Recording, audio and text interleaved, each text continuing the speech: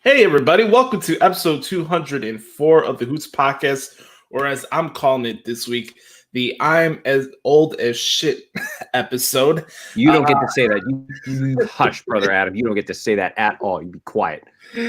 Welcome to the show, everybody. It's yours truly, Joshie. I'm alongside the director of operations, Brother Carter. Derek, what's going on, my man?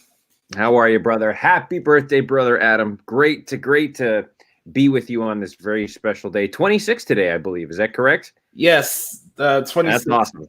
26 for the day of birth. But no, you don't get to say that because I'm older than you, so you don't get to say any of that. You respect your elders, pal. It's good to see you, man. I hope you have a great day today, as I hope you have a great day every day, and looking forward to being with you, talking some wrestling this week. Should be fun. No, man, I really appreciate that. It means a lot to you. And we've been having so much fun the last month and a half or so since you've been part of the show more often. And it's been great.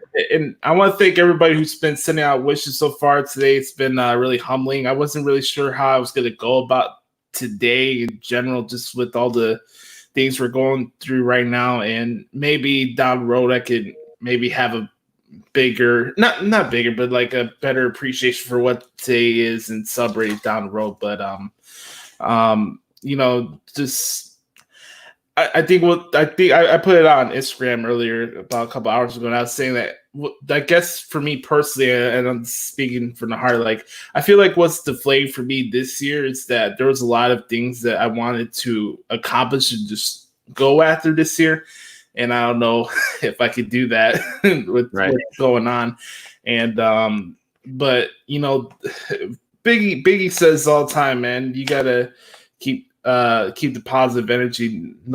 Negativity breeds failure. And this is another line from my idol Jim Ross, where he says, his wife Jan would be like, "Man, you work a lot," and he's like, "Hey, don't worry about the mule. Just load up the wagon." So what's keeping me sauce, what's keeping me happy is doing stuff like this. It's staying up to 2:30 in the morning this morning to cover AEW and NXT for you guys.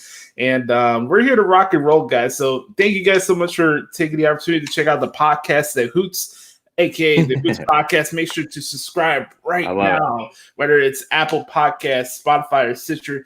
Leave us a 4 or 5 star review. Also, subscribe to the YouTube channel, youtube.com/the Hoots podcast. That's where you're watching this live right now. And here's the thing. I want to send this out really quick to YouTube and StreamYard. Can you guys just load the damn show already and give me the MP4 that I can download? I don't know. It takes 12 hours for me to get the video in this and to transfer back to audio. You damn obsolete mules. I know. Well, I mean, do you think it's just because they've got so much content they've got to fill, or what? Like, I don't understand what the deal is. I don't know. They wait for the good content to. But what's better than this show, brother Adam? Like, let's keep it 100. Like, what is a better product than the podcast at Hoots? Not much. That's what I'm saying. Not much. That's what I'm saying. Mm-hmm. That's great. We're live on video, and Brother Carter's in a different location. He is. Yes. Tell everybody where you're at right now. So I'm actually on location, yes, in Austin, Texas. I decided to visit my folks. I figured that since Texas is open and I was living in Louisiana, we're not quite open yet. I thought it'd be a good time to come over and see how my folks are doing. And I just been, sitting in quarantine in my home, in my palatial palace in Louisiana. But no, I just thought I decided to get away for a little bit and just see what's going on. Our governor down here will announce what's going on this coming Monday. So we'll know what's going on in Louisiana when I can make it back. But I'm here on location and checking out some tacos, as you can get here. There's many, many tacos that you can get. Well, sort of, because not everyone is deciding to open their doors. But so the places that are open, we're enjoying some tacos and I had some good enchiladas last night. Were delicious. So it was good. But yeah, I'm on location and, just trying to increase the brand of the podcast that Hoots. With meetings here and it's all that fun stuff. We before you know, we'll be on the stock market. That's right. As Jim Cornette calls it, the stock scam. Oh, and yeah, he calls it the stock scam, and everyone lining their pockets and making themselves rich. I was watching some videos of his podcast on his YouTube channel the other day, and boy, man, he goes in on AEW so much, man. These goddamn motherfucking mud show freaks. What is it? Outlaw. It's outlaw mud show freaks. He calls Joey Janela Jelly Janela. Well, wait. I'm surprised that there's somebody actually out there that is criticizing AEW. Oh my God, you can't do that. Oh, that's blasphemy. But by the way, for the AEW hive that doesn't want to hear any criticism, this may not be the episode for you this week. Yeah, I know. You and I were talking last night a little bit, and then this morning before we went on air. Yeah, I saw some clips of. I went on and watched some clips. I didn't have a chance to watch the show last night, but I went on and saw some clips. And as soon as I saw the result, I was like, "Ooh, brother Adam is not going to be happy about this." Yes. So we'll get to Dynamite NXT later on. Obviously, this week is not only my birthday week, but it's also the week of Money in the Bank, one of my favorite pay-per-views throughout the calendar year. And we got a unique twist of it being at WWE corporate headquarters. We got a director of operations, so we can pick his brain on how he thinks things will go down inside Titan Towers and how that would go throughout the building. Right. I'm kind of hoping that we do get a Kane director of operations cameo in there, because that would work perfectly, even though that'd probably be a bad look for his county, even though he is the mayor. Hey, I'm not going to come here and talk about social distancing. What I saw last night in that street fight was not social distancing. I don't care what Tony Khan says. So, so we'll get to that later on. And we got some stuff to talk about from Raw and SmackDown this week, too, because I thought both shows were pretty good, too. So, always some fun stuff to talk about wrestling. If you're watching live, leave a comment in the comment section, ask any questions. I want to give shout out to the good brother Matt McCool, who told me he's starting a new podcast soon. So give shout out to him. And, I think sooner down the road, maybe in a couple weeks or so, we could finally have that Pipe Bomb reunion show. It's been good getting to catch up with Matt. And now we have more ability now to actually reconnect and had those conversations. We had one about maybe a week or two ago. And that really helped me out during that time period. But, the fact that we're all reconnected and all that stuff, that's good. So it does good. That's been awesome. Yeah. When was it? Like, we chatted a couple weeks ago, I think it was. Yeah, like 2 Saturdays ago, I think. Yeah, that's right. Mm-hmm. So yeah, it was awesome. It was good to see everybody, and it was just fantastic. So yeah, man, I'm just happy that everyone's doing their thing, and it's just terrific. So it's good stuff, good time going on. I'm digging it. Before we get to wrestling, I did see that the NFL is coming out with their schedule today. That's right. I'm excited for that. I'd be curious to see, because we don't know. Are they going to have what they think the regular schedule is, or are they going to do a contingency schedule? Are they going to release different versions of the schedule? I'll be curious to see what they do with that. You think they got rough drafts for all 3 different schedules? I do.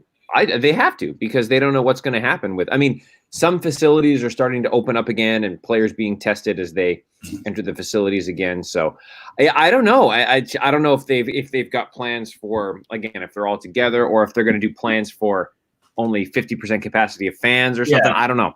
It's who knows. And you also have to think about every part of the country may have different restrictions when the regular season starts. So how do you compensate for that? Right. Well, here's the thing. Like, I know this already. This has usually been the case before John Gruden got back to coaching. But we know one thing for certain. Without a shadow of a doubt, the Oakland Raiders will be on Monday Night Football Week 1. I know they played the Rams. They played the Rams. I think they played the Rams. No, it was the Broncos on Monday Night Football last year, and God, that game was boring as shit. Wait, you mean the Las Vegas Raiders? Oh yes. I'm sorry. Sorry to brother Joseph out there. Yeah. You can't say Oakland Raiders around him, and he's or Las Vegas Raiders around him, and he's just gonna lose his shit on that one. Let's give a shout out to the punkster, the clown prince of podcasting. Okay, so where do we want to start? I guess we should start off with the show on Fox yesterday, on last Friday. Yeah, I was gonna say, why don't we start with SmackDown, since that was the first thing that happened since the last time you and I were together. Right. We'll go in order here. Let me start off with this before we get to what happened on SmackDown. I talked about this a couple weeks ago, and it's still getting more and more pub as the weeks goes on. I don't know if it's something that Brian Alvarez feeds off of revealing what ratings are during the pandemic. I really don't know what it is. And honestly, for me personally, I don't care. What I do care about is about stupid, meaningless shit that takes away from what the product is. Mm-hmm. I'm in a very different position than what he does. He thinks he's a reporter, so he goes about tweeting things as if he is a reporter, and he placates to an audience that's going to buy everything he's selling, just like his cohort, Dave Meltzer. And cool, they got their audience. But again, I'll ask you this, Brother Carter. Yeah, you see ratings are going down every week, whether it's Raw or SmackDown. Is it really an indictment on the product? Or are you watching the shows for what they are and actually enjoying them? With the fact we're lucky we even have pro wrestling shows on our television screens right now. Right. To me, I think it's, and we've talked about this before, that people get their content much differently now than they did back in the days when the ratings wars were going on and all that sort of good stuff. People don't, very rarely, at least in my opinion, people watch television at the time it's supposed to happen. Now, the big difference is, sporting events or, if you have a weekly show that you watch, fine. But by and large, most people get their content on a delay. So people are saying, oh, ratings are down or whatever. I mean, not a lot of people are watching the show live. So, I mean, what metrics is he taking? And I'd be curious to know, what metrics are they taking? Are they taking live? Are they taking the amount of times the show was DVR'd? Can they even monitor that? Because of every different TV network or every different cable and satellite provider has their own version of DVR. So, you got, in addition to the main ones, to DirecTV and Dish and Sling and all those, you've now got Hulu TV, you've got YouTube TV, you've got all these different things. Plus, each of the networks themselves are offering their own on-demand packages. Like you can spend $4.99 a month or whatever and just get the USA Network. So it's tough to tell because everybody's getting their content in a different way. Plus, with everything going on in the world, people may be spending more time with their families. They may be, doing all these sorts of things. They might be just, now that their kids are at home, or like if some of these people that are watching have college students, the college students are home and they're wanting to spend time with them. I mean, just in this pandemic, you can't judge anything as the norm because there is no norm right now. There is no normal in the world right now, I feel, anyway. So to say that you're wanting to say, oh, ratings are down or whatever, that's a bunch of crap, man. Like, why are we focusing on that right now? Yeah, just like I was telling you last week, like wrestling right now has a blank canvas to air whatever they want under these circumstances. You can't, there's no book to book, literally and figuratively, how to book an empty arena show with no crowd. It's a totally different dynamic than presenting and writing for a show with 15,000 people at a basketball arena. It's totally different. And again, I go back to it. When you're watching wrestling, and we're not experts here, are you watching the show for what the ratings are, or are you watching the show to be entertained? And that's a simple question that I have for everybody. So you look at SmackDown this week as Dumpy gets in her feelings today. I was going to say she clearly is not an Alvarez fan either. She's smart. That's why. Yeah, smart job. That's right. Yeah, exactly. You've taught her well, brother Adam. Yes. I don't know how we always come back with getting back to the birds. Dude, I remember that, man, when those birds were going off when we were trying to record these shows. That was a special time. Well, but as we talked about on the 200th anniversary show not too long ago, the podcast that Hoots has come a long way. So it's exciting to see. So from birds, you've upgraded from birds to dogs. So it'll be curious to see what the next animal evolution is over the next iteration of the podcast. It's going to be nothing because I'm going to have my own place by then. There you go. I like it. So, the fun part about it when we were doing the pipe bomb shows was the times where we would actually get into like the financial and the business stuff, because we would have a guy named King HR who's a stockholder and would get into those. He would know what the actual numbers are from other people. I have a good gauge of what actual numbers are just due to my experience in the business and going to school and understanding how rating metric systems work. And God knows, and for anybody that's been listening and watching these shows over the last 7 years knows my feelings on Nielsen ratings and the dependency that third sheets rely on them. It's just still absolutely insane to me in 2020. But when you look at SmackDown this week, let's start off with a couple matches that really stood out to me personally. Like, I really enjoyed the Forgotten Sons match with the New Day, and I thought that was a really good match. Not only for what they did in the ring. The Forgotten Sons did defeat the New Day. I'm sorry, Brother Carter. I know that that breaks your heart. But that's all right. The Day of the New will be back. Don't worry. Yes, they will. They are still the champions.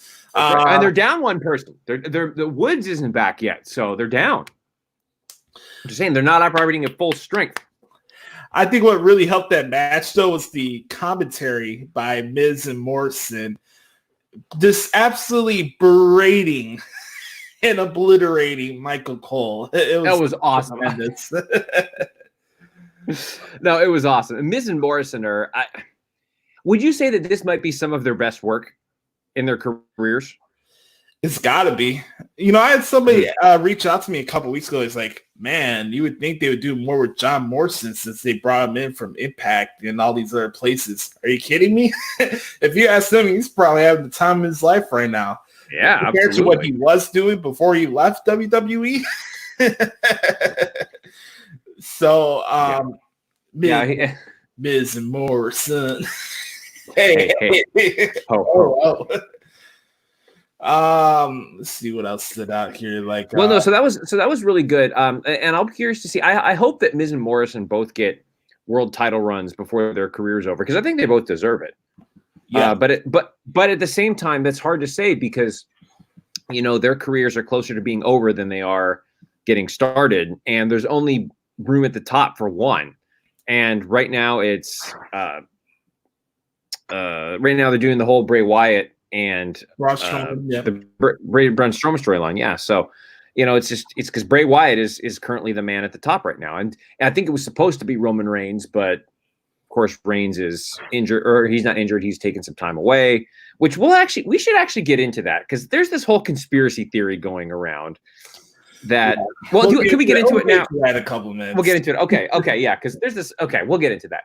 But no, but I think that they're doing great work. But again, there's only room at the top for one. So right, what do you do? And look at this throughout the rest of the show. You just brought up Bray Wyatt and Braun Strowman. I really like the Firefly Funhouse segment that they had this week. And it looks like they're having a face-to-face conversation tomorrow night on SmackDown. So that should be interesting. But here's the thing. Nobody mentions this. It's not The Fiend who's fighting Braun Strowman at Money in the Bank. It's Mr. Rogers that's fighting. And I thought about that too. It's just like, I do too. Because I remember when he was he was WWE champion. No. He was Universal Champion. And he came, I think this was like back in February or something like that. And I can't remember who he was facing, but he came out as Bray Wyatt, and it was all bubbly, and it had his, like the fun, colorful letters when they introduced him as Bray Wyatt Universal Champion. I can't remember who he was facing. Was it The Miz? Yes. Okay. Yeah, and I remember that. Like, he came out as actually, I was like, oh, okay. It was a good match. And it was a good match. Like, do you remember beforehand, Bray Wyatt snuck into the Miz's house and he was doing that interview with Renee Young? Oh, that's right. Mm-hmm. Yeah. That's right. Okay, I remember that now. But that was great stuff. Plus, obviously, when you have a match like this, maybe you could look at it as maybe it's rushed, maybe it's a program you wanted to save for a SummerSlam or a bigger show down the road. Also, it could be a thing where you don't want either guy's taking a loss at this time period. But when you have a guy like Bray Wyatt, where he has so many dimensions to him, I don't think it really affects him if he loses clean on Sunday. Obviously, we'll get into our predictions later on. But obviously, there's so many layers that goes into Bray Wyatt and what he does so far, especially during this run as The Fiend. Everything he's done so far since he's came back to the WWE has collect debts for every single person that's done him wrong. He did Finn Balor. He did Daniel Bryan. He did John Cena. I think The Miz is along the way too. Braun Strowman's next. Braun Strowman will get his one way or another. It's just a matter of when. So, yeah, you're continuing a storyline. No, Bray Wyatt is not buried if he loses to Braun Strowman on Sunday. Well, it's the same thing with Finn Balor and the Demon. And now, granted, they haven't used the Demon character in a long time. It's been years. And I think part of that is... Let me tell you that I like the Prince more than the Demon, but go ahead. Oh, for sure. I'm just saying, like, and I think that's the reason that they haven't used that is because the Demon's been, and he's a heel now. So if you bring the Demon back, you can't use the Demon as a heel. Like, that doesn't work. Though, Bray Wyatt's supposedly a heel, and they use the Fiend, and the crowd just goes absolutely ballistic for him. Yeah. Now, this is going to be different, and I'll be curious, Josh, and we'll get into our predictions, but I'll be curious what they do with this, because if you're going to do something to really push the Fiend as the heel character, this is the time to do it with no fans, because anytime that they do something heelish with the Fiend, what ends up happening is the crowd turns on the face.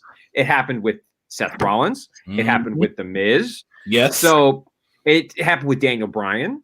So I think it happened with Daniel. So anytime that they've tried to do something face against the Fiend, and then the Fiend just does something, like, they cheer the hell out of the Fiend. So so they got to be very. It's the NWO theory. Like, you have to be very careful, because you have a very popular villain. You have a very popular bad guy. So it's tough. Bray Wyatt has a dynamic that not a lot of few wrestlers have. And the only way I can compare it, you just mentioned the NWO theory. I always compare Bray Wyatt to Mick Foley, because no matter what iteration he's in, whether he wins or loses, you still care about him. Right. People cheer, do love, and he was a heel. People forget about it. Yeah, you're dancing around, you hear the funky music in the background and all that, but he was a heel. Right. Mankind started off as a heel, going after the Undertaker, and then you remember Mankind kissing Vince McMahon's ass during the corporation and all that. Right. But Mick Foley Bray Wyatt reminds me so much of Mick Foley, and both of those guys are creative, and the only difference is Bray Wyatt hasn't tapped into his extreme aspects of his inner self. So, I just think there's layers that you can tap into the story, and no matter what happens on Sunday, obviously this thing is going to continue. So, let's go through the summer for sure. Absolutely. We found out that Tamina will be fighting Bayley for the SmackDown Women's Championship at Money in the Bank. Tamina was a guest on WWE's The Bump yesterday, which was really good to get to hear her talk. Tamina's been pulling out some good content on social media recently, which I found pretty funny, especially the video of her going to therapy. I'll have to check that out. But we're getting to this time period, man, and it's like, man, they found a way to make a match where, let's say this was a couple years ago and you had a pay-per-view match, Bayley versus Tamina on pay-per-view for a title. Honestly, would you guys care about it? Probably not. But you kind of do now in a lot of ways. And here's the thing. Tamina and the Usos made their debuts together this week in WWE 10 years ago. Oh, wow. And I didn't think about that. Tamina is celebrating her 10th year in the WWE. And they had little side pre-recorded clips for the Usos pumping up Tamina before her match, and I thought that was really, really cool. And, that's cool. And yes, Tamina's obviously intimidating. She's not over the top baby face or anything like that, but I really like what they've been doing with her so far. And kind of like this dynamic of her and Lacey Evans having the motherhood bond with each other, and they're going against Sasha and Bayley, and it's got me interested because Lord knows that I'm not interested in Bayley right now. So I know you're not. You and I have talked about this, and I'm actually okay with Bayley. I don't have a problem with her at all. I think I think she's better, and maybe this could be a sign that her character doesn't work because it's not transparent, because it doesn't work in multiple settings. Because I think Bayley's character works better with a crowd. Like when you pop the Bayley buddies and are able to, brush off the kids and stuff like that, because she was so well known for being that female John Cena and doing everything for the kids and merch sales going through the roof. But now she can't do that. So it's her. So I think she's one of those where her character works better with people. But does that mean that she as a performer is that character doesn't work? Because you would think that, and of course, and I don't know if this is a valid argument or not, because you have these internet dopes who can be like, well, her character has to be able to work in every single venue possible. Otherwise, it just doesn't work. So I don't know how much validity there is to that statement, but I can see that there's a point there. It's like, can you connect with the television people at home along with? So it's just hard to say what's fair or foul in that statement, and really in this time that we're in right now. Before I get into the Roman Reigns conspiracy, because I don't know if I'm going to go off during that segment or not, but let's put a ribbon on the bow on SmackDown, and stuff that happened on the show. We had the 2 remaining MITB qualifying matches for the SmackDown brand. We had Carmella defeat Mandy Rose. Man, no surprises there. Speaking of waterfall, man, Mandy was in rare form this past Friday night. I don't know what it was with her entrance or just how they shot it on Friday. Holy moly. It's like that. I always forget the name of the it's the name of the movie Showgirls, where they have Elizabeth Berkley. Yeah, Showgirls. Yeah. Every time they do that entrance, it reminds me of Elizabeth Berkley in that movie coming out of the pool. You guys know the rest. But anyway, this is not that type of show, Brother Adam. Hey man, this show has no filter, pal. I know. But no, they had a good match, and then Sonya Deville came out during the match, and she's cutting a promo, and I'm not gonna make you forget what you did to me, and so Carmella got the victory. Man, it's kind of like a conflict for interest for Corey Graves during these matches. I tweeted. I was covering the show Friday night. I tweeted about that. I was like, ooh, Corey Graves needs to be very careful what he says in this match. Tread lightly. Yes. Yes, absolutely. I think whenever they do that, the commentators Mike Cole likes to give Graves a hard time, but it's like, well, Graves, you've got a vested interest in this match, don't you? And I was just like, ooh. Hey, folks, don't be fooled. Michael Cole has a trolling aspect to himself. Oh, yeah. And again, I have to remind everybody, he's undefeated at WrestleMania. I'm just saying. Oh, why did you have to remind me? Just saying. Hey, just saying. One of the underrated gems besides Southpaw Regional Wrestling is the JBL and Cole show. JBL and Cole show was great. Dude, I'm surprised, and I'm sad we haven't been able to have more of JBL on commentary during this time because he did a great job at WrestleMania. Yeah, and I actually, believe it or not, folks, I actually enjoyed hearing JBL on commentary. I know. It was great. It was great.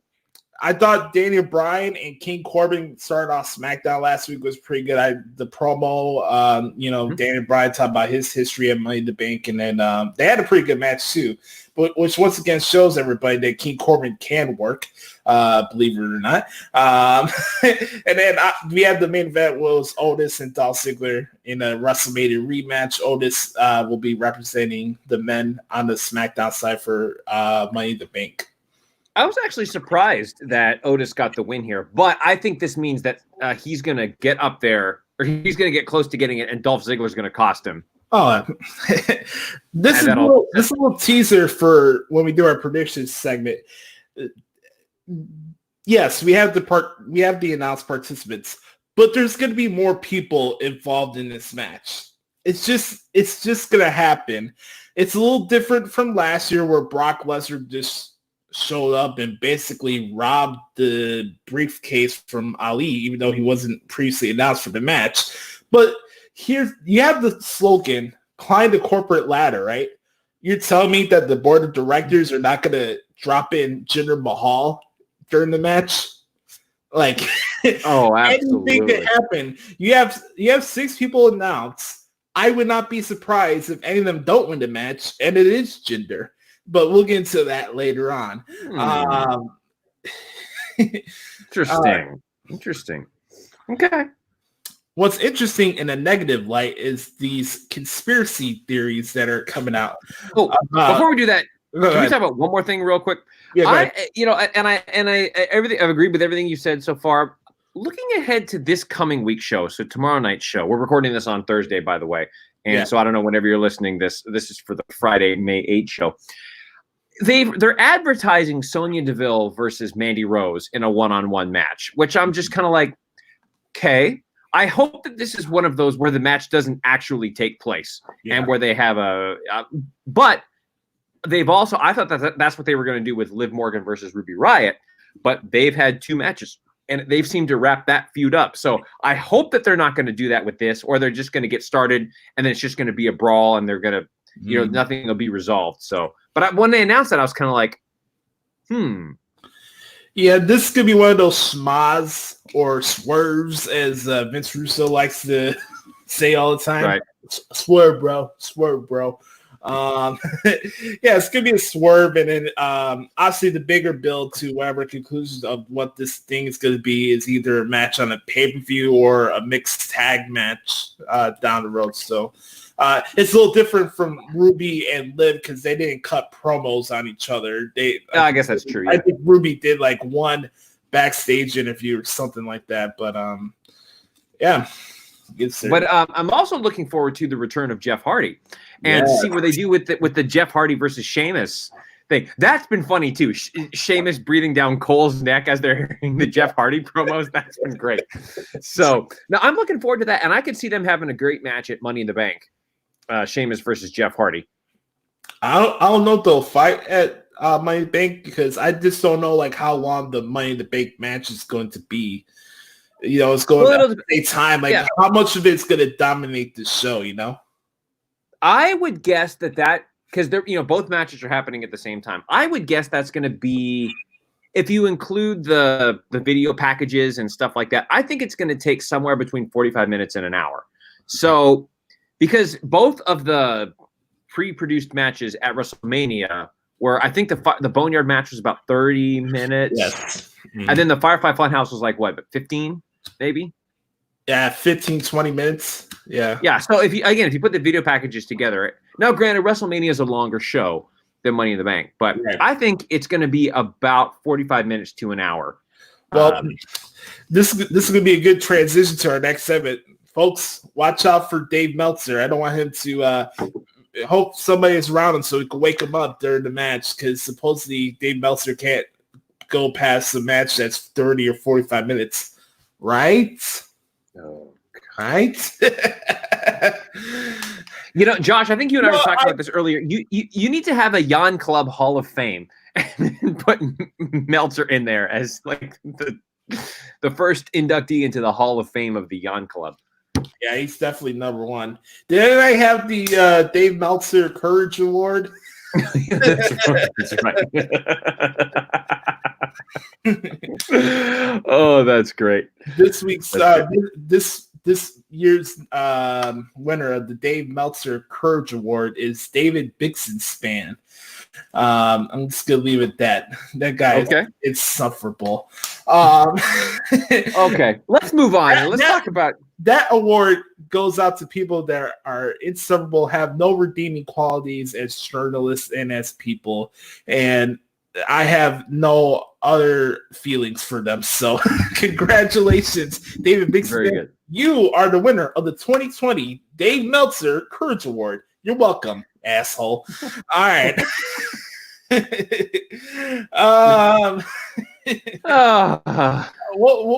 I forgot the name of the movie, but Roman conspiracy theory. Conspiracy theory, yes. Okay, because Roman Reigns always has to be the highlight of conspiracy theories, but hey, he's not a draw, right? I heard somebody say that the other day on the podcast. Oh, he's not a draw. He's not reliable. I always find it interesting. This guy's not a draw or not reliable when the guy always seems to be the most talked about dude in the WWE, whether he's active or not. Mm-hmm. So, and let's see. Who has Roman Reigns worked with over the last little bit? Let's see. He's worked with and has carried The Undertaker. I'm sorry. I love The Undertaker, and he's on the Mount Rushmore, but that match with him and Roman Reigns, Taker looked, and I hate saying this, but Taker looked bad, and Roman Reigns had to carry him through that match. The only way that match, there was no one else, given Taker's condition, that could have carried that match and made it do work as well as it did. Right. Roman Reigns. So he's carried him. He's carried Goldberg. He's carried, he's had to work with all these legends. And he works with Braun Strowman, AJ Styles, everybody. Cena. He's worked with everybody and has made them all look good. And actually, I want you to start this off so you can let the good people watching and listening right now tell us what's going on with this conspiracy theory before I lose my lid on my birthday. Go ahead. Yeah, please. Okay, so the conspiracy theory now is that WWE is mad at Roman Reigns, and because that he suddenly took a leave of absence from the company because of his health issues, even though it was said on multiple occasions, if you have issues, if you want to quarantine, if you want to do whatever, you will not lose your spot in line because you're trying to be safe. Like, they've said that on multiple occasions. And especially a guy like Roman Reigns, he is one of the faces of the company. Like, let's just keep it what it is. Like, Roman Reigns is one of the top superstars in WWE, and rightfully so. And he just came off of battling leukemia. Like, he's had cancer, and his cancer is in remission, but he didn't want to come to work because he was afraid that if something were to happen with the COVID virus, that could mix up bad with his leukemia and there could be a bad reaction. And he just decided to take himself out of it. Cool. Well, now everybody is saying that WWE is trying to punish him because they've edited him out of video packages that contain historic moments in history. Case in point, with the Seth Rollins cash in on Brock Lesnar, they were hyping this on this past week's show, the top Money in the Bank moments of all time, and they said the number one Money in the Bank moment was Seth Rollins cashing in Money in the Bank at WrestleMania and winning the World Championship, which I actually agree with. I think that, and you can make an argument for the CM Punk John Cena match being the number one moment. But if you're talking about just actual Money in the Bank, I think they were talking about with actual just the briefcase, right, whether it's winning it or a cash in. And I agree that was the best cash in of all time. But they conveniently, or they happened to leave Roman Reigns out of the package, and now they're like, oh, they edited Roman Reigns out of the video package because they're mad at him. or something like that. But if you watch the intro to SmackDown, he's still in the intro to SmackDown show. If he was that bad, they would have taken him out of the intro. I've heard reports that that instructors have been instructed to not mention Roman Reigns on television, blah blah blah blah blah blah blah. So there's this big conspiracy theory that WWE is mad at Roman Reigns for taking care of his health. And I'm sorry, but I don't buy that for 1 second. Like, are you really gonna punish this guy who is clearly not just a WWE fixture, but he's also a mainstream media fixture? Like, everybody knows who Roman Reigns is, and he's won all these awards and blah, blah, blah, blah. Do you really think they would punish him? Because if they did, Reigns would come out. I think Reigns would come out and say it. He'd be like, just so you guys know, WWE has punished me, and they've said blah, blah, blah, blah, blah, blah, blah, blah, blah, blah, because of all this stuff. But so I think that that's an absolutely ridiculous conspiracy theory. It's people wanting to, once again, bring down Roman Reigns because they don't like him, because he's not their guy. And it's just their attempt to, it's the moron IWC's, attempt to try to bring him down and to try to say that we were right, Roman's not a draw, blah, blah, blah. It's absolutely ridiculous. Also, hello, Mitchell. Good to see you. What's up, Matt? There's one thing about society that I'm just getting utterly sick and tired of. And this is not just wrestling related. This is just life, it's sports and everything that's going on. I am getting fucking annoyed with the I'm right, you're wrong society that we're in. And the people that cling onto any narrative that fits whatever they're feeling at that time. And they go and they die on this hill. They'll defend their hill. They'll defend their opinion to the cows go home, even if they're wrong about something. And they wait. They wait for something, any little minute thing, to find any reason to say, hey, I'm right, you're wrong.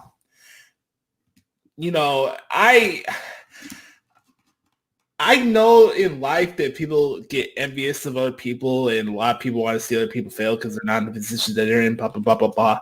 But with wrestling fans, it just comes to the point where stupidity outweighs common sense. And when I say that, and I'm not trying to say that all wrestling fans are stupid, because that's not the case. But for the people that go their way and pump up their chests that they're smart fans and they're experts and all this stuff, really need to take a look in the mirror and look how stupid they sound. And look, when they go on camera on these video shows, on these post-game shows at the Raw and SmackDown, and literally look you in the eye while you're watching their show and tell you that Roman Reigns faked his cancer like Wrestling Observer did last year. Or in this instance, that, WWE is trying to remove Roman Reigns from the history books. Me and you can assume and make conspiracy theories with the best of them. But here's something I learned in life, and I hope a lot of you guys learn about this too. People that you could make an ass out of, you and me, no matter how many times you assume something. I believe in context and substance. Right. And I don't believe in the if theory. If my mother had balls, she'd be my father. Okay? I really don't care about hindsight. I don't care about ifs, ands, yeah, buts, like, it's all minuscule to tell me what's real and what's not. So Roman Reigns, a guy who's looking out for his family's interests, not his own, because if Roman Reigns was all about himself, right, wouldn't you think he would just went on with WrestleMania and beat Goldberg for the title? Right. He would continue acting in the shows. Roman Reigns is just this bad guy. This conspiracy theory is just stupid. I can't even call it a theory because it has no logic to it.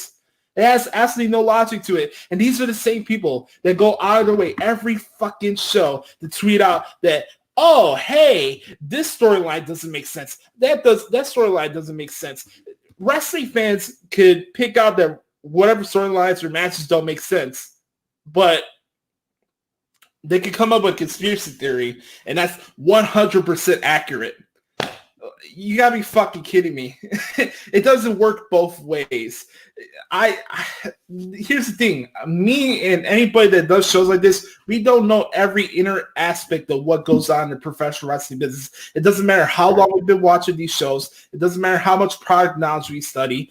Yeah, do I spend more time dissecting and breaking down the product than most people? Yes, but that does not mean shit at the end of the day, because I'm not smarter than everybody that does stuff like this.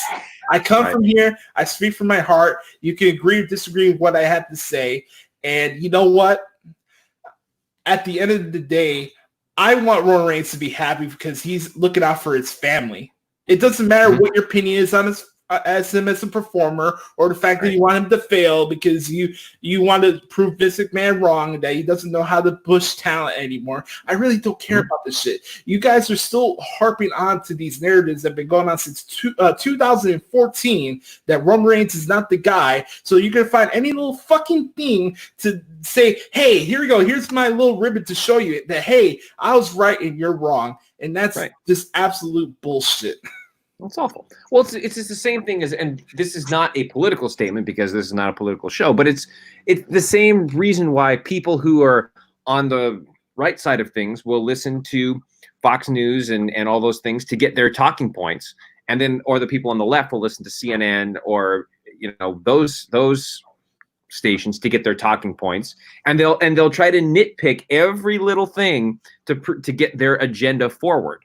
And I know you're comparing the issues of the world to pro wrestling is kind of is not, it's not a fair comparison. But the point is that everybody will find every small little thing to push their own agenda and do it with such passion and such, gusto.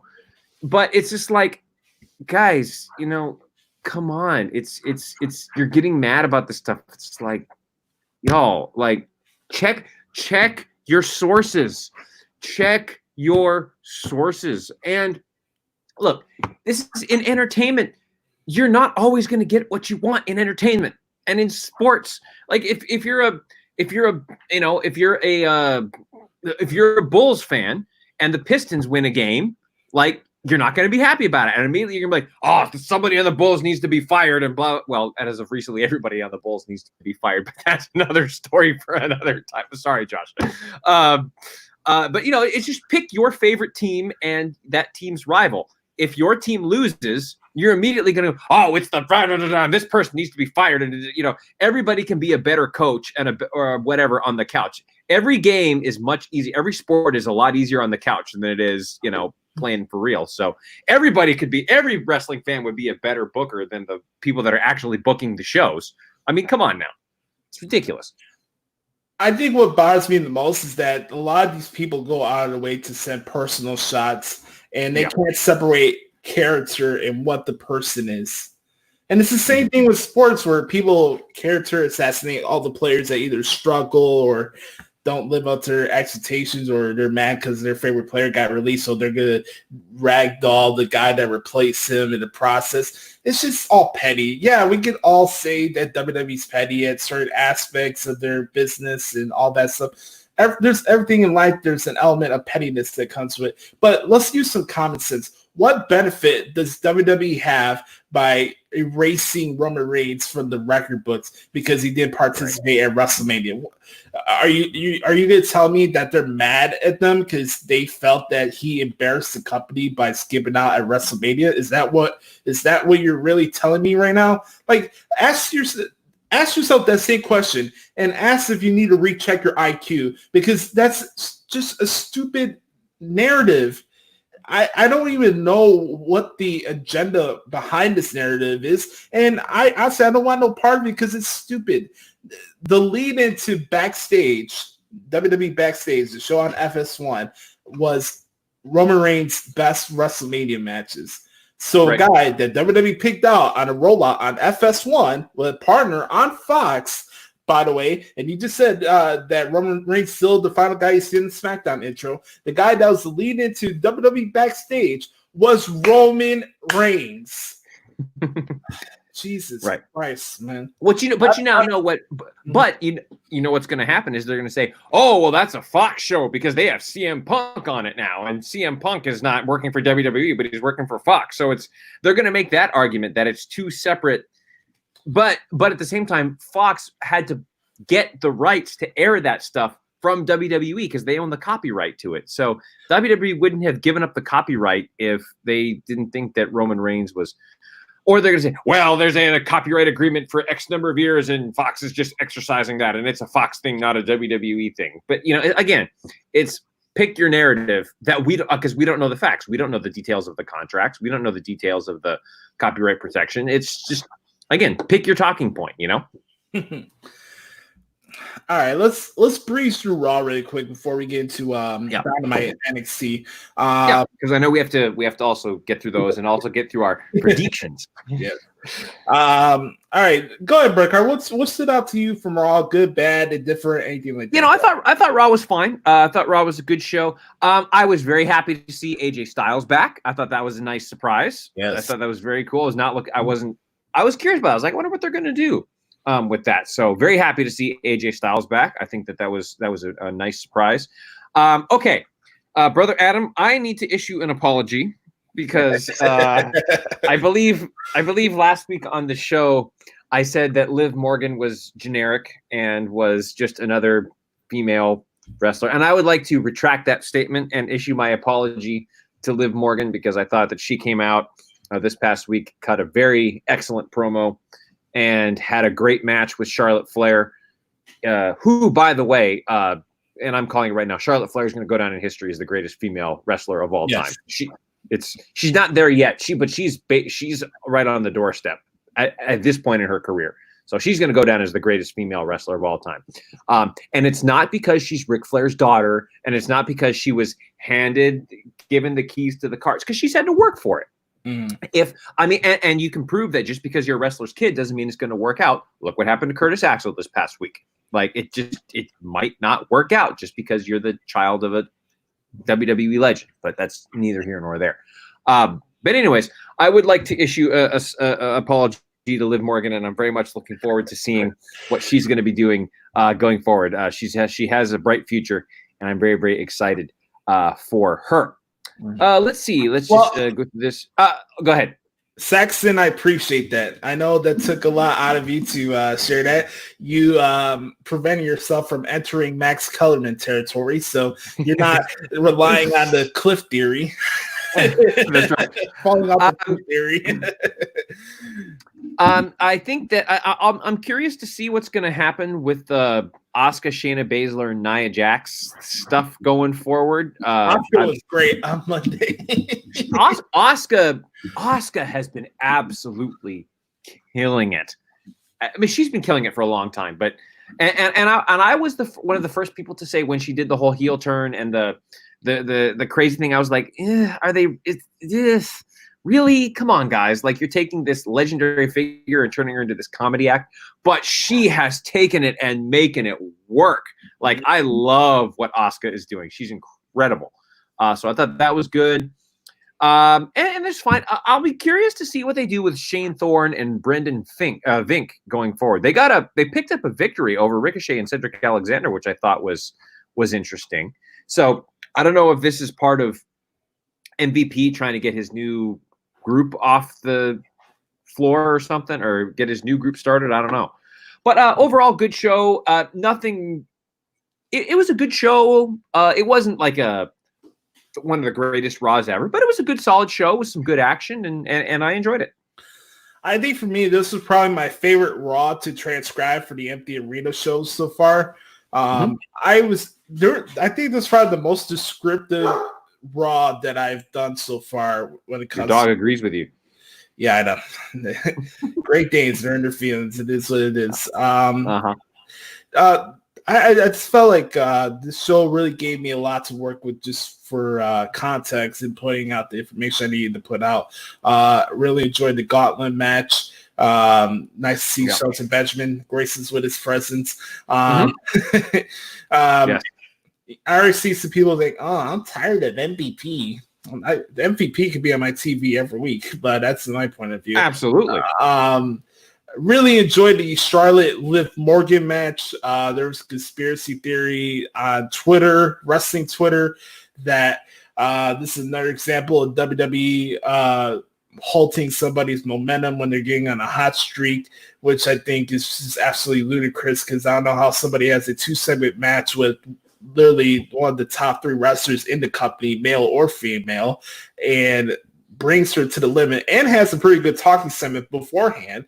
How many times I come on here and mention maximizing your TV time? You know, Bully Ray has this great line, and I say this a lot because I'm one of the people who are very indifferent to wins and loss records, because we're about to talk about a show and a company that their power rankings and win-loss records mean absolute shit. They mean minuscule. I'm going to say that for a couple minutes, okay? Yeah. Bully Ray said, what's more important, going over or getting over? And that's the question I ask you guys. Is Liv Morgan buried because she tapped out to Charlotte on Monday? Are you kidding me? If anything, Liv Morgan's stock has went boom, boom, boom, boom, boom, boom, boom, boom, boom. Right. That way, I guess it's the only stocks that could go up at this point. But here's and I say and I want to get your thoughts, because whenever I hear statements like that, there's always one performer, and I don't know why I do this, and maybe this is just because I'm an idiot. And I'm not that smart, but I always go back whenever I hear, the whole wins-loss thing and stuff like that. For some reason, it always reminds me of Damien Sandow, because, Damien Sandow, he had a chance to work with John Cena and did a great match with John Cena. Yes. And part of that is that Cena can make anybody look good. Cena could make me look good in the ring, and I run, and I get tired after I run 10 feet. But the point is, it's like, he can make one, but Sandow put on a great match, and it's unfortunate what happened to him and his, that he hasn't had a chance to be successful. He had his run in Impact, and that didn't really work out so well. Really quick, I want to mention, make sure to check out Aaron Stevens on NWA. And by the way, NWA Superpower coming up this Tuesday. I can't wait. That's good. Oh, okay. You'll have to and what's happening on Superpower this week? We got the team of Nick Aldis and Thomas Latimer, formerly known as Bram. He'll be taking on Villain Enterprises, Marty Scurll and Brody King for Ring of Honor. So that's going to be a big tag team match. And see what else happens on the rest of the show. I love the NWA. I think it's probably my favorite non-WWE show right now, besides New Japan Pro Wrestling. Also, I got to add MLW to the mix. They're doing some awesome content, so go support that brand. And they got the best broadcaster in the entire game right now, Alicia too, and she's just a superstar in every sense of the word. So. Even better than Le Champion. Come on now, Josh. Yes. Yes. But anyways, okay. What were we talking about? Wins and losses. Yes. Yeah. It just, again, you've got to. Not everybody can win every match that they're in. Like, you've got to lose at some point. That's part of what pro wrestling is. And look. If you give somebody a great match, people are going to be talking about that. You're like, holy crap. They're going to remember, oh, yeah, this person got the win. But at the end of the day, they're like, wow, that was an awesome match. It was back and forth.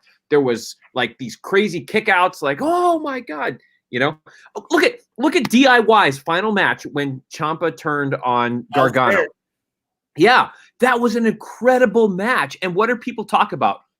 They're not talking about the fact that DIY lost that match. They're talking about the fact that, holy shit, DIY is an amazing team. Right. Blah, blah, blah, blah, blah, blah, blah, blah, blah. And then you have the Ciampa turning on Gargano, and then that whole storyline. And that created a moment. So, yeah, wins and losses do not matter at all.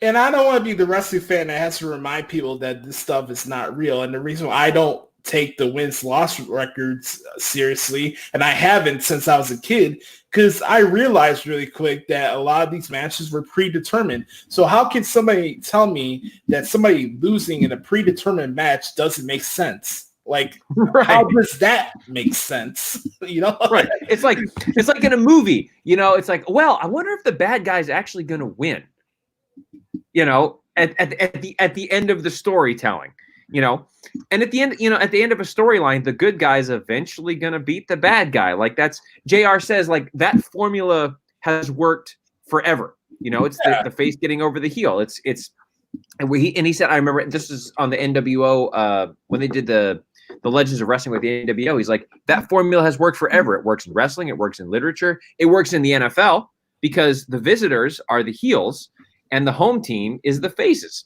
So it's, at the end of the day, it's just the good versus evil struggles. And yeah, you want reality. That's what sports is. Right.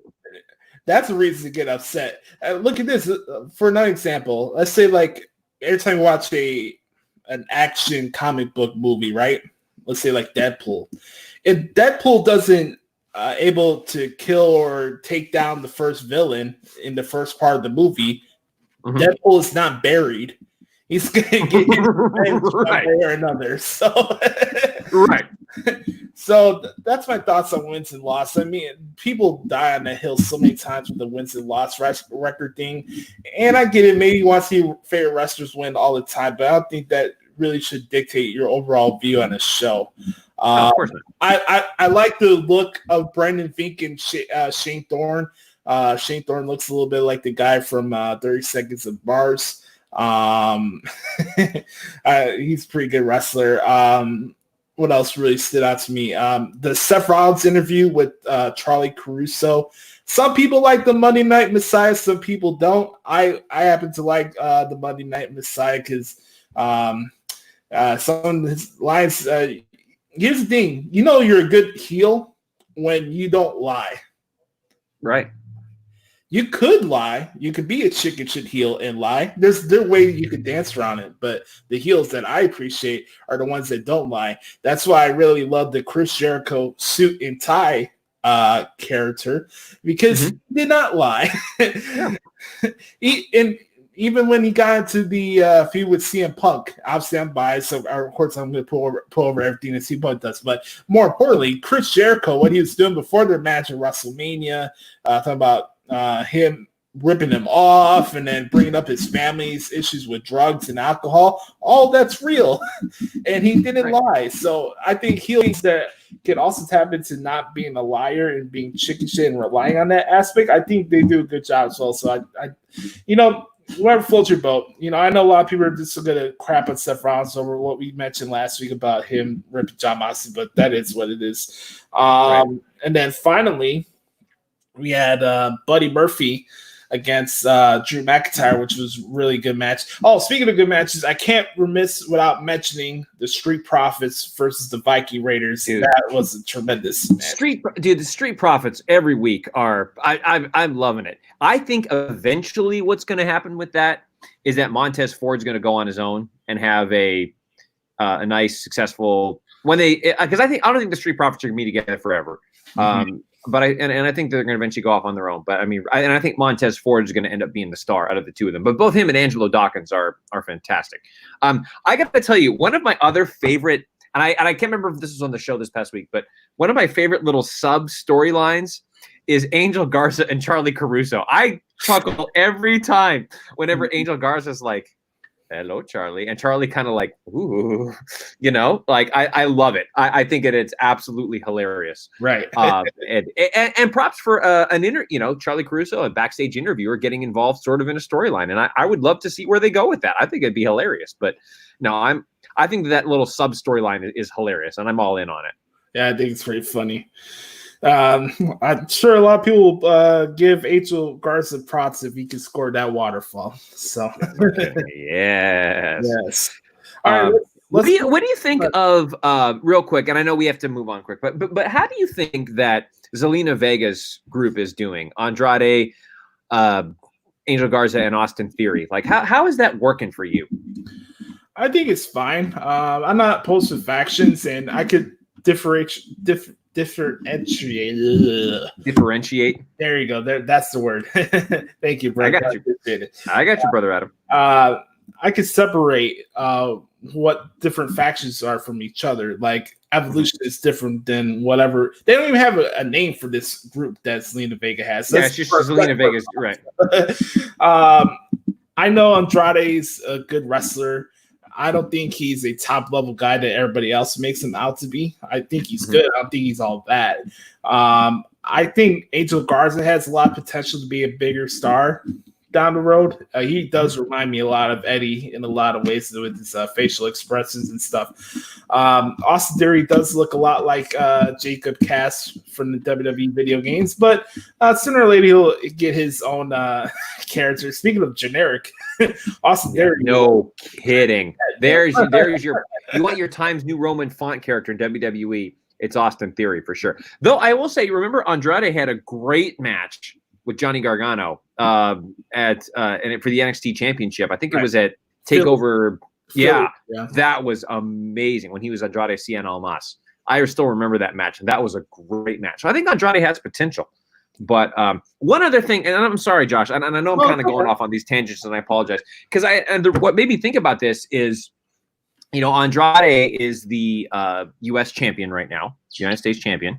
And it took me because I had to think about it because when we were talking about SmackDown, I started thinking about, well, who's the Intercontinental Champion? Oh yeah, that's right, it's Sami Zayn. We haven't seen the Intercontinental Champion on TV for a while. Which do you think that helps the brand, hurts the brand? Does it really matter right now? Because when we were talking about stars like Miz and Morrison, who are obviously top level talents and should get championship runs, but there isn't enough room at the top for everybody. Is this a thing where they need to make the Intercontinental Championship more of a? And they have before when Brock Lesnar was the champion and was off TV. But, do they need to do more of that? Because, again, Sami Zayn as the champion has been off TV for a while. I don't know. What do you think about that? I don't know if he's dealing with the injury that's undisclosed right now. Could be. That could be a situation. I'm not going to come up with any conspiracy theories. Yeah, of course not. We're not going to do that. But they also haven't mentioned him on TV for a while either. And he's got a championship belt. I'll find it interesting if he's not part of the next road to wherever the next pay-per-view is going to be. So sure. Okay. I do like Sami Zayn. His whole thing has been kind of odd because he stopped wrestling for about, I don't know, like a year and a half or so, and he was doing the manager stuff, and now when he does wrestle, he barely actually does wrestle, and he runs away and does the chicken shit stuff. Like, I don't know really what's going on with him and his presentation. Like, his character work is fine, and his promos and annoying people, that's all good and stuff. Like, I like Sami Zayn. The only thing I never liked about him was I knew you were going to bring that up. But hopefully things are on the horizon for Sami Zayn, and maybe we can get back to the Zayn Daniel Bryan feud for the IC title. But right. Anyways, okay. I was just curious, but we can move on. I was just curious. I want to get your thoughts on that. Really quick, so I can run down stuff that maybe you missed out on NXT last night. Speaking of Johnny Gargano, he defeated Dominik Dijakovic in an opening match. Very good match. He has a new finisher. He does the slingshot DDT thing, but he calls it one final beat now. So everything he's doing right now is coming off of the one final beat episode that he did with Tommaso Ciampa in their pre-produced match. So last week he was doing that super annoying intro for Candice LeRae. To the point that I wanted to go through the screen and punch him in the face. But it looks like the Rebel Heart is going to tap into his real heel persona. Let's see what else really stood out. I mentioned it last week. I kind of like this little thing they're doing where Tom Phillips is kind of like the Tony Saragusa on the sidelines, where he's giving his two tidbits. Oh, yeah. That's just going on. It's always good to hear from Morrow and Beth on commentary. I will tell you guys, though, I do miss Nigel McGuinness on commentary. That is my guy. I believe that. I do miss hearing him on commentary. Other matches, we had two interim cruiserweight title interim tournament matches going on. Akira Tozawa defeated Jack Gallagher, and Kushida made Jake Atlas tap out. So Atlas was trying to go for this like cartwheel springboard DT thing he does, and then Kushida leaped up in the air and did like the Del Rio arm breaker to him. Those are pretty nice spots, so good shout out to those guys. Chelsea Green has stolen Christian's finishing move, the kill switch, the unprettier. She calls it actually the I'm prettier. I found that pretty interesting for the Robert Stone brand. Nice. I like it. And then we had my favorite part of Wednesday night yesterday, the debut of Killer Kross in Lake Michigan waterfall, because she is Chicago's very own Scarlett Bordeaux. Oh my God, man. The presentation, the entrance song. I don't know if you had a chance to watch this debut of it. Not yet. You need to. It's badass. All right. I've been hitching my wagon. I've been Killer Kross mark, and I really think this guy is the game changer for the NXT brand. That guy is that good. So cool to see him on the show. And then I think the show wrapped up with the I forgot to mention Charlotte Io had a good match. It ended up being the DQ because Charlotte hit Io with a kendo stick, so it looks like that's going to continue on. But as Charlotte was being down on Io, Rhea Ripley came out and nice. made her return and attacked Charlotte, and then Anna Cole defeated Velveteen Dream to retain his NXT championship. There was shenanigans though. Undisputed Era started running down the ring, and then Dexter Lumis slid out from under the ring and stopped them in the tracks. I thought that was pretty funny, but that was NXT, and then cool. And then we had, we had the show on TNT last night.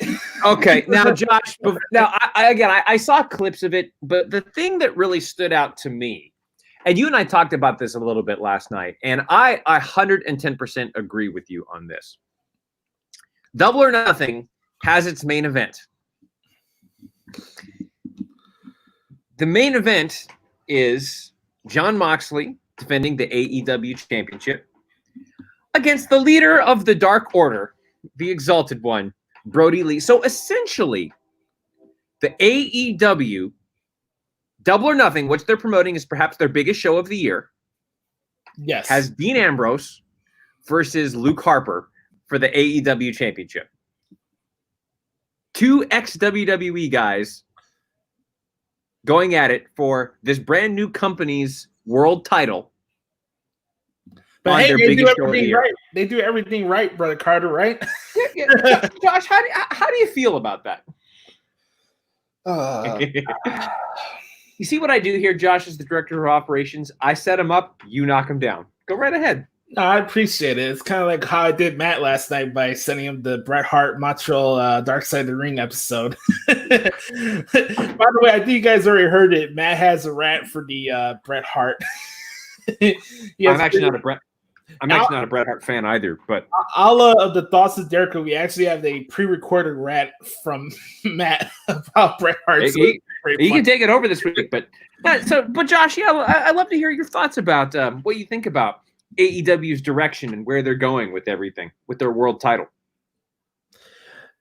Anybody that tells me that this company is an alternative is just lying you straight to the face. Last night, what I saw was a TNA move at its finest. And I don't want to hear anything. This is not about me pumping up other companies. This is just utter fact. Ever since the AEW title has been created, a WWE, former WWE superstar, has fought for it or won the title. Yep. It started off with Chris Jericho. We had the Chris Jericho-Moxley feud. We had Jon Moxley versus Jake Hager a couple weeks ago in one of the most boringest matches I ever seen in my entire life. And what's the follow-up to that? We rush up a guy whose longest match in AEW was 50 seconds against enhancement talent. I'm not going to call them jobbers. Enhancement talent in Atlanta. Wait, you're calling Marco Stunt enhancement talent? Yes. Okay, just making sure. Go ahead. That's what he is. I'm sorry, guys. He's the worst. Here's the thing. This is not about my feelings about Brodie Lee as the character or what they could do in the ring match-wise. We all saw how good the matches Dean Ambrose and Luke Harper had in WWE. We know, we get it already. But for anybody to tell you that WWE doesn't have an Airbnb inside the brain thresholds of the AEW creative team are just lying to you. Everything they do is about what people don't like about WWE. Right. Okay, you bring in former WWE guys to spike up brains. You bring in Broken Matt Hardy. You bring in Brodie Lee. They think Jake Hager is the next Brock Lesnar. They present him as this unstoppable force because he has shitty Bellator fights against guys that can get beat up at a local bar down in downtown Chicago. Like, nothing Jake... I put it on Twitter, and I'm going to be upfront with it. Jake Hager sucks, okay? He's not Brock Lesnar. He just absolutely sucks. Now hold on, Josh. I will say his stuff on the Bubbly Bunch has actually been pretty funny. I will give him credit for that. That has been pretty good. That was funny, but here's the thing. You just mentioned the greatest point right there. The biggest pay-per-view of the year is main evented by Moxley and Brodie Lee. And we picked it out a week before it happened. And yeah, am I a fan of Brodie Lee? Yes. Am I happy he's doing his own thing now? Yes, of course. But here's the thing. What about your homegrown talent? Oh, who else could have fought Jon Moxley at Double Nothing? I don't know. Maybe a guy that you had sitting out there in the crowd like a J Brown in MJF. How about that? Right. Who's been doing some of the best work, like the hangnail promo, the shaving, Nick and himself shaving promo, and now apparently he's injury free and he's going to be back next week. So like, why could he did a promo during the show about being a champion soon, and you need to drag out the Dark Order and the 20 minions that he has? They had AEW Dark this weekend, number 10. Yeah. I did think that was pretty funny.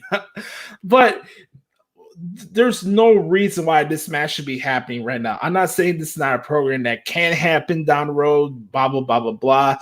The promo Brodie Lee cut last night was fine. Again, I have no issues with the performers. It's just the fact that you continue to say that, oh, we're the alternative to the WWE, but all you're really doing is booking shows based off of talents that just got released.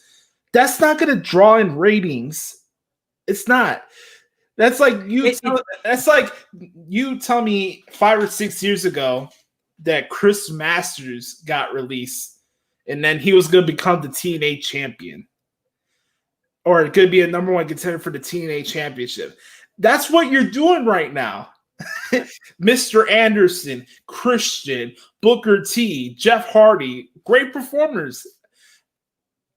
They all went after the TNA title. My point is, you can't tell me that you're AEW, this is newcomer day, we got to take seriously, and you don't push your homegrown talent.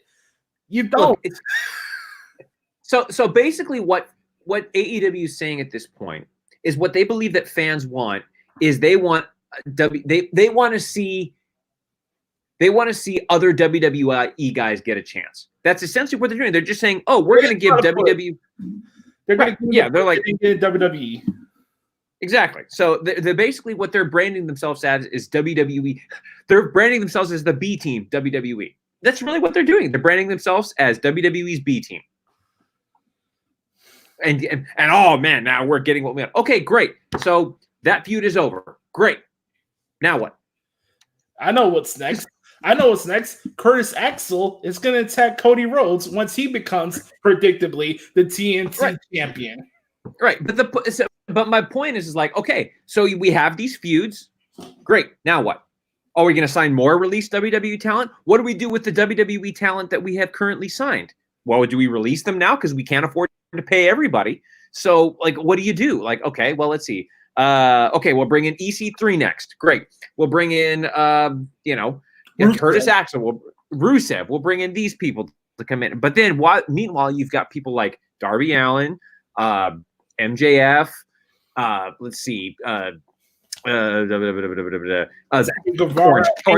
Orange Cassidy, Sammy Guevara, Best Friends, Private Party. All these great homegrown, like you said, homegrown talent that are just, sitting there, not doing anything, but having great matches. Like Darby Allin and Sammy Guevara always have a great match whenever they wrestle each other. It's and listen, I want AEW to be successful. I enjoy watching their product. I try to watch it when I can on Wednesday evenings. I think that they're doing a great job. I think this, and I've said this before, I think this, I thought that this might be some of Chris Jericho's best work in his career. He just constantly finds ways to get better and better. I thought that when he was in WWE, the list thing, he was never going to top that. But now he's gone on to become Le Champion, and that this could be like some of the best Chris Jericho stuff ever. So it's just like, but again, it's AEW is branding themselves as WWE's B team, and they're saying that we can't develop our own talent. Yeah, that's an indictment. That's not a good thing. And when you have to have JR bring up things that happen in WWE shows to pump up what your product is, that's not good. When I watch AEW, I want to watch AEW, but every time I watch Dynamite, I'm constantly reminded about WWE. So here's this. Let me ask this question now also. So everybody thinks that, oh God, AEW eventually is going to take over WWE, right? That WWE is the worst promotion ever and AEW is the best promotion ever. Oh, really? Okay, let's say that happens. Then what's AEW going to do? They can't train their own talent. So what are they going to do? They can't ride the coattails of WWE anymore. Hypothetically, let's say AEW beats WWE, right? Well, obviously WWE's not. Well, AEW can't raid their own ranked talent anymore. Then what do? They can't do anything because they wouldn't know what to do. How about this blasphemous idea to AEW fans? AEW beats WWE, and then Roman Reigns becomes the AEW champion.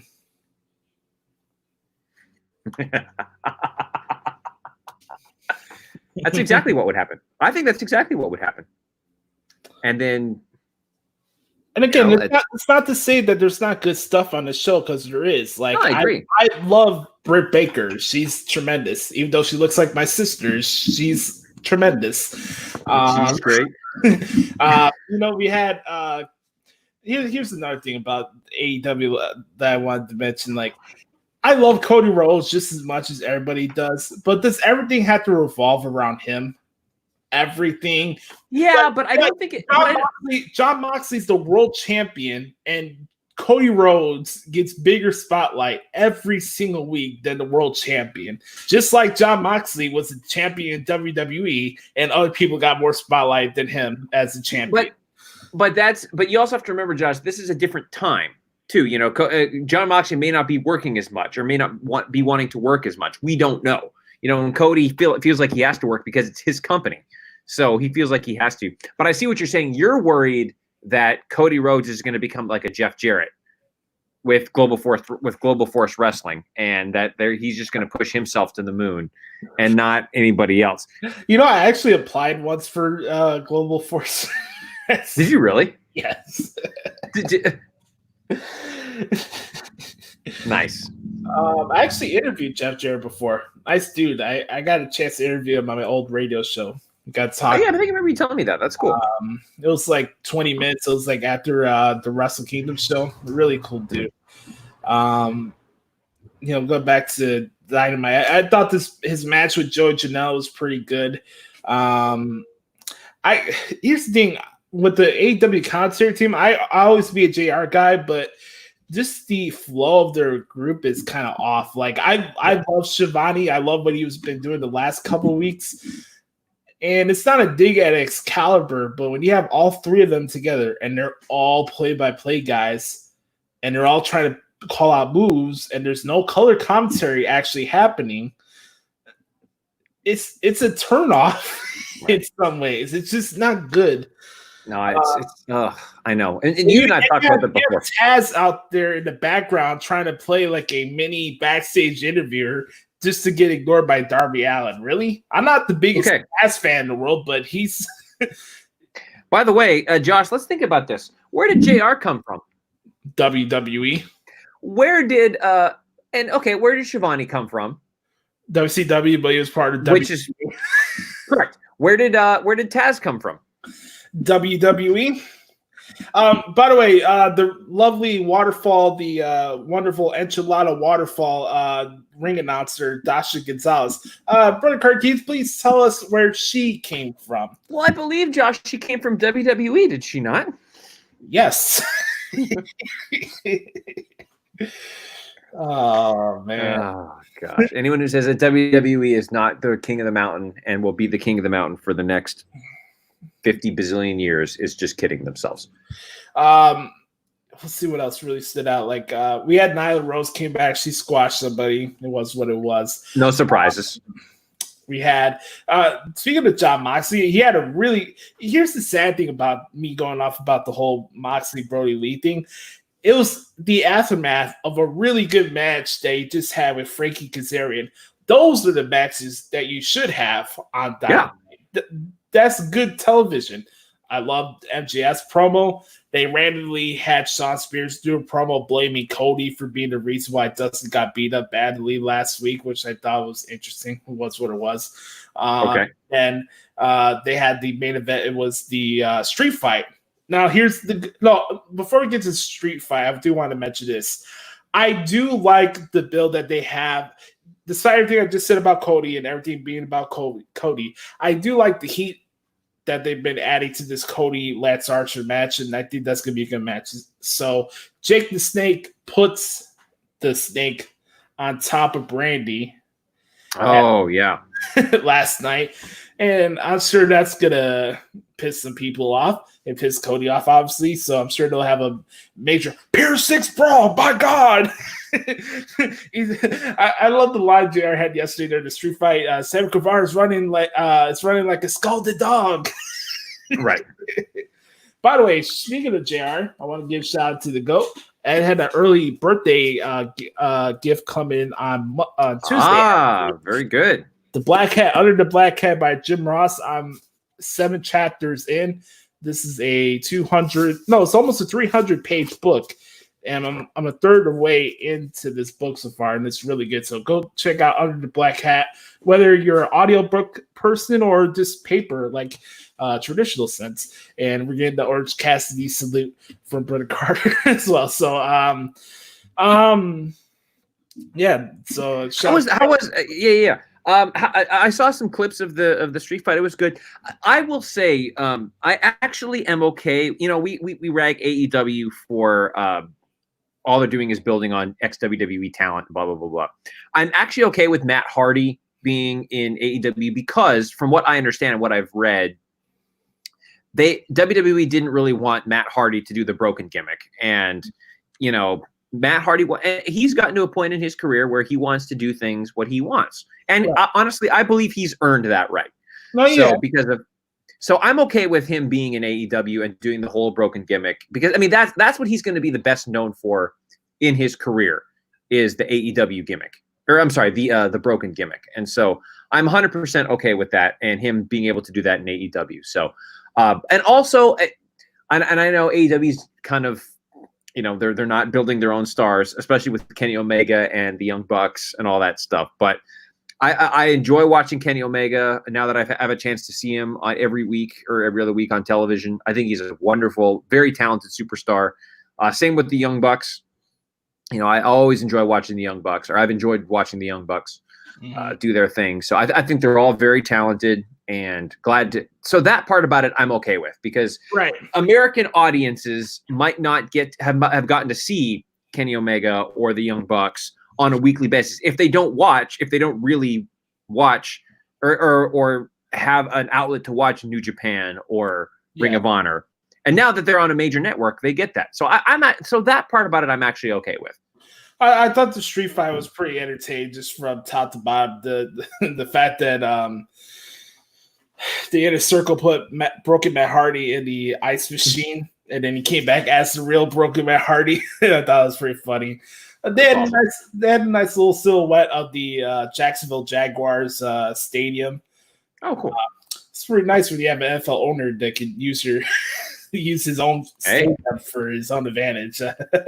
Hey, it's the same as WWE using their performance center. They have the resources. Let's use them. I'm not saying it's a bad thing. It was just pretty cool. They had the visual at the end where they won the match, and then it's like the inner circle came on the scoreboard. I just thought that was pretty funny. Oh, cool. And then also you have the part where Matt is driving the golf cart and he's going after Sam. That's the part where I was saying he's running like a scalded dog. Shots to my old man who just popped in the chat box. Oh, very good. Man. So yeah, I thought there was good matches, but just that whole thing with the announcement with Moxley and Brodie Lee just threw me off because that's not something small. You're literally announcing the main event of your next pay-per-view, and that's the match you're going to go with? They announced MJF versus Jungle Boy for Double or Nothing. I'm sure that's going to be what it is. But, yeah, that's my thoughts on Dynamite. But before we wrap things up, let's get it. We're about 90 minutes in, so we'll wrap this up with we got to do it. Yep. It's time, ladies and gentlemen, for some money in the bank predictions. Yes. Brother Carter, I'll let you go down the card and we could spit back and forth with this. All right. Well, let's begin with the SmackDown Tag Team Championship Fatal 4-Way match. You have got the champions, the Day of the New Day, defending against Lucha House Party, Miz and Morrison, and the Forgotten Sons. I'm going to take New Day to retain here. They just gave them the titles back. I don't see any reason to take the titles off them at this point. I think this is going to be another opportunity for the Forgotten Sons to show off what they can do. But I think that with all the chaos, the New Day retains. But eventually the Forgotten Sons will get their opportunity down the road. But I've got the New Day retaining here. Yeah, I got the Day of the New retaining as well. The Miz will be taking the L. Yes. Yep. I like. Very good. Very good. Cool. Next up, we have got, let's do the SmackDown Women's Championship match. We've got Bayley defending the title against Tamina. Let's go with you first, brother Adam. Who do you have? I'm going Tamina all the way. Even though she probably will not win, I'm going with Tamina to get the upset. All right. And I am going to disagree with you, and I'm going to say that Bayley retains the title here. I think that they're building to a Sasha Bayley thing down the road, getting into SummerSlam. Yeah, that's gonna be the thing. For the championship. For the championship. But I think Bayley's been doing some great work. But props to Tamina. I'm glad she's finally getting an opportunity. I think she deserves it. But I've got Bayley retaining by crook. They say by hook or by crook, right? but I say it's going to be by crook, and that Bayley retains her championship. Okay. Next up, we've got the WWE Championship match. Drew McIntyre defending against the Monday Night Messiah, Seth Rollins. I've got Drew McIntyre retaining here. I don't see any reason to take the title off of him at this point. I really hope that he gets to lead the company through this pandemic and will get the opportunity to get the crowd reaction when they finally do have live shows again. That enormous pop when he walks out as WWE champion. But I've got Drew McIntyre retaining the championship. I'm going to go with Drew McIntyre here. I thought it was very interesting that they tied in Buddy Murphy, the little interview they did before their match on Monday, where Murphy's like, sooner or later, me and Rollins will have our duel or our joust, if you will, or joist. I thought that was great. Yeah, I like that. So I could see McIntyre winning and Rollins blame Murphy for losing the match. Murphy attacks Seth Rollins and McIntyre does a Claymore, and Seth Rollins is like, just like laid out. Right. So I'll go with Drew McIntyre in that match. Very good. Very good. All right. Next up, we have the Universal Championship match. We have champion Braun Strowman defending against Bray Wyatt. Who do you got here, brother Adam? We'll start with you. I'm going to go with the former member of the Adam Rose Express. I'm going to go with I am going with Braun Strowman. I also am going with Braun Strowman here. I don't see any reason for them to take the title off of him just yet. Right. But I also think that the feud with Bray Wyatt is going to continue, which actually is going to influence my pick for the next couple matches we're going to be talking about here. Okay. And let's do the women's Money in the Bank ladder match first. Now, I should mention that both of these matches are going to be going on at the same time, and I do believe we will see some interaction between all of the characters at some point, and I think that that's going to be a very, very, very cool thing. Matt thinks Sasha will help Bayley win. And I think that there's going to be some stuff going on with that long-term storytelling. See? Good job, Matt. Well, of course he's going to back up Sasha Banks, but I'm surprised he didn't chime in when I said that Charlotte was going to go down as the greatest female wrestler of all time. Oh. But anyways, let's go with the women's Money in the Bank ladder match first, and I'll go first here. I believe that Asuka is going to pick up the victory here because I think, first off, I think that Raw is going to win both the men's and the women's Money in the Bank ladder matches this year. And I'm going to take Asuka because of just how amazing she's been as of late, and her character is evolving to the next level. I believe that that she is going to win and be the next challenger for Becky Lynch. And I also think we're going to get a Shayna Baszler, Nia Jax feud in the next little bit, because they both seem to be, Nia Jax has been labeled by some as a worker who is a little bit difficult to work with, and Shayna Baszler can handle most anything. So I'm taking, both of them like to break bones, so they're. This is true.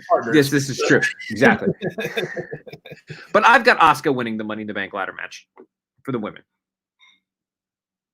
Here's the thing with me. I want to tie in like the cameos that we're going to see through both matches as we go on with this. Definitely, we're going to see Stephanie McMahon during this. I wonder if you get a cameo by Dana Warrior, since she does work with WWE in some sense. It'd be funny if one of the, let's say like Asuka like walks past Medusa. And Alundra Braze, like they have a meeting, and she just puts a title in the garbage. Just what the hell? Like, believe it or not, as much as like this serious stuff and blah blah blah blah blah, you're gonna have your comedic elements in this Bank ladder match with both of them. So, like, go ahead, especially because it's been pre-recorded, or because this is just it's a production match. And we do know this match was taped in advance a couple weeks ago. I don't know the results. I heard in advance that it was taped already, though. Right. Yeah. I have heard that as well. So, you have Lacey Evans out there. She'll be calling, hey, like, you're nasty. Like, whoever it is, like, she could walk into the headquarters and talk to the receptionist and like, you're nasty. Where's the ring at? Like this, like something silly like that. Doubt the Bellas are gonna be in there. They're both pregnant. Congratulations to both the ladies. Yes, and they got a new book. That's I saw that. Yeah, I saw that. That's great. I'm trying to think who else. Nikki Bella Waterfall. I'll give that a thumbs up. But go ahead. No, I was just gonna say I'm curious to see what other for the women's side of things. Who else could make a cameo? Gosh, I don't know. I'll have to think about it. But who do you have winning this thing? There should be like a dark room and Victoria comes out with spiders in the background. Oh God. Selfishly for me as a birthday gift, it would be really funny if Mickie James just entered the match and won the briefcase. I know you like that Mickie James waterfall. Well, actually, I know you'd like to see Paige do the same thing. I know she can't compete anymore, but yes, Paige has a place in my heart. But I know we'll get Matt upset. We'll probably see Renee Young. I bet we'll see Renee Young make an appearance. Absolutely, I can see that. Like she tries to conduct an interview during the match. Yes, the creative minds of Joshie and Brother Carter is going. Oh, that's great. That's great. But like, I know we'll get Matt upset. Alexa Bliss comes in last second and wins the briefcase. Oh, okay. All right. Well, then, do you think she moves over to Raw then? Yes. Okay. But what about Nikki Cross? It could be something where Alexa and Nikki lose the women's tag team titles on the kickoff show. Oh, okay. I don't To who? I don't even know if they had that match announced. Let's say the Iconics come back. I was hoping you would say the Iconics. Yeah, it's like the Iconics beat Bliss and Kross in the kickoff show, right? And then Bliss turns on Kross, and then hey, this is the corporate ladder. I'm telling you, people that you are not gonna like, there's gonna be people that are gonna be bitching about this match because there's gonna be an element that's gonna have the corporate element where they bring down a fan favorite to bring us somebody they don't like. Tap into your critics. That's my challenge. Tap into your critics and bring in Jinder Mahal. Have Baron Corbin dominate the match. Like, there's so many different ways you can go about this. Here's another comment from Matt here. He says, AJ. Wow. I told him this the other day. There's absolutely no shot. No. Either happen. Because if anything, because you have to do that in front of people. Like, you can't not do that and not have the crowd reaction for that. Yeah, you can't have CM Punk win and get crickets outside the, on the roof. Yeah, that doesn't work. But you're taking Alexa Bliss? I am going with Shayna Baszler. Okay. I think either Shayna Baszler or the idea I told Matt the other day, Ronda Rousey comes in via helicopter and wins the briefcase. Yeah, I like that idea too. Mm-hmm. She could jump down off a rope, like she could be in helicopter, jump down off of rope, and then just land on the ladder. Yeah, I like it. Hey man, yeah, I like that idea because they can tape that spot several times and then edit it out until they get it right. Oh, absolutely. All right, let's get into the men's match. Go ahead, Brother Carter. All right, men's match. We've got, let me run down the participants for us real quick. We've got Otis versus Aleister Black versus Daniel Bryan versus Rey Mysterio versus AJ Styles versus King Corbin. As I mentioned before, I think that Raw is going to win both of these matches. I'm taking AJ Styles to win the briefcase and to be the next challenger for Drew McIntyre. I think AJ Styles has a lot going for him coming off of that incredible Boneyard match. That was probably the most talked about match, easily the most talked about thing that WWE did during WrestleMania weekend. And for anybody that says wins and losses don't matter, you're full of shit, because AJ Styles took the loss in that match but gave an incredible performance. So I'm going to take AJ Styles to win the briefcase here, potentially with a return. And I know I'm potentially with the return of the club, because now that things are starting to calm down a little bit, who knows? But and that may or may not happen. That could be fantasy booking right there. But I'm going to take AJ Styles to win the briefcase for the men's side of things. Man. I gave you something to think about, didn't I? Yeah. I don't see Aleister Black carrying a briefcase. I just don't. I'm sure somewhere, somehow, Andrade or them could come out and cost them the match, which would be pretty funny. I mean, your wife costs you the money in the main match. Man, I have creative ideas all over the place for this thing since this concert came around. I've just been thinking of a gazillion type of stuff, man. I'm sure we'll get a Vince McMahon cameo. Maybe a Shane McMahon cameo where he runs into Daniel Bryan in the hallway, former SmackDown GM and commissioner. Mm-hmm. A little throwback there. What if Triple H enters the match and wins it?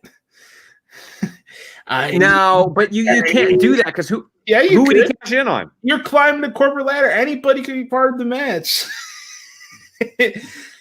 Hey, I'm telling you right now, don't be surprised that one of these, let's say Otis gets laid out before the match even starts. Don't be surprised if somebody gets taken out of the match beforehand. If Otis gets laid out, I'm telling you right now, Jinder Mahal is going to win Money in the Bank. I'm just letting you know right now. Well, no, but it has to be somebody from Raw because you can't take out a SmackDown superstar. From Raw. No, I'm sorry. I'm saying they have to. You have to take out somebody from Raw. You can't take out somebody from SmackDown because then you have a 4 versus 2, and that's not fair. That's not necessarily true. I mean, you're playing by the headquarters rules. You're not playing by the pro wrestling book. Okay, all right. But then you could have a whole. Well, I guess that could lead to a storyline that SmackDown is like, well, this is ridiculous. How come we only had 2 representatives and Raw had 4? How is that fair? Yeah, and everybody thinks SmackDown's the A show because they're at Fox, but not when you're in reality. Not when you're in. But at the same time, then how do you? Because neither show has a general manager. So how do you fight for that? How do you who gets to be the authority on that? Well, the reason I brought up Triple H is because I do think the authority does come back sooner or later. Okay. But here's my thing. Anything can go down, and I think that's the funnest part about what's happening on Sunday is that, yeah, okay, you're gonna have your community elements, you're gonna have some crazy spots along the way, but I just think this thing has a lot of things that can go either way, no matter who wins the briefcases. Now, I can see somebody's upset that, like, maybe Baron Corbin wins the match or somebody else maybe they weren't expecting to win. I'm sure people will be moaning about Shayna Baszler winning too. I wouldn't be surprised by that. But, my 2 picks for the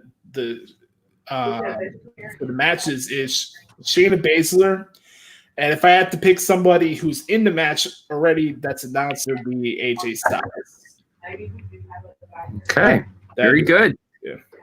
Awesome. Well, it's going to be great.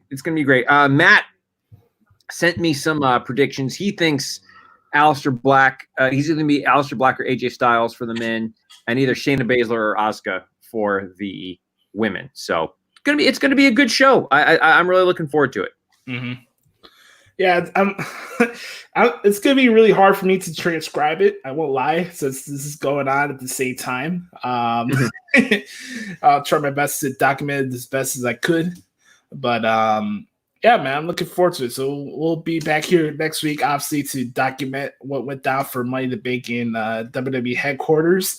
And also, don't forget, folks, make sure to check out The Last Dance, episodes 7 and 8. I'm kind of bummed out that I won't get to watch it live this Sunday because I'll be watching the pay-per-view. But, man, I'm looking. I love The Last Dance so far. It's been fantastic. I had no idea that Isaiah Thomas was so hated by everybody on that Dream Team because it's the big debates that Isaiah Thomas should have been on the Dream Team, but that would have been bad team chemistry. Like technically, technically he had the skills to be on it, but that could have been bad team chemistry, and that, Man, that dude had nuclear heat. Yeah, he did. Holy cow. But check out The Last Dance. It's been a lot of fun. Speaking of fun, today's been a lot of fun too for today's episode. Been great.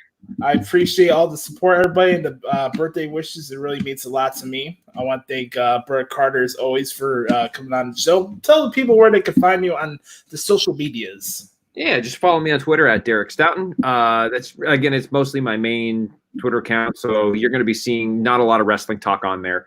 But that's the only Twitter account I've got, and so I just use that. And, it's been always great to be back. Always enjoy spending some time with the nefarious Brother Adam. Happy birthday again, brother. Hope you have a great day. And here's to another wonderful episode of the podcast that Hoots.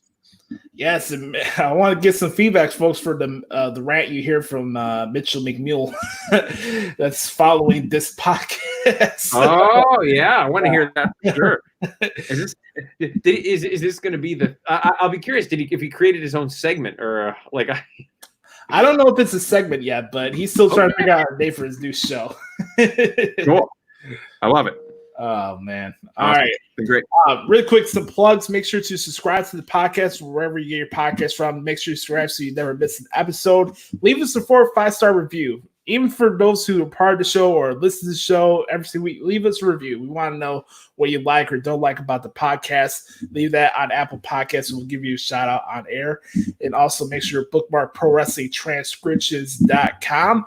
And yeah, we're gonna have some fun next week. Obviously, recap of what went down for Money in the Bank, and again, thank everybody for the birthday wishes. It means a lot to me. I love you guys, and don't forget, folks, be the authentic product that is yourself, and only make moves if your heart's in it. So, for Brother Carter, I'm Brother Adam. Thank you guys so much for checking out episode 204 of the Hoots Podcast. Enjoy Money in the Bank, and we'll talk to you guys next week. Peace.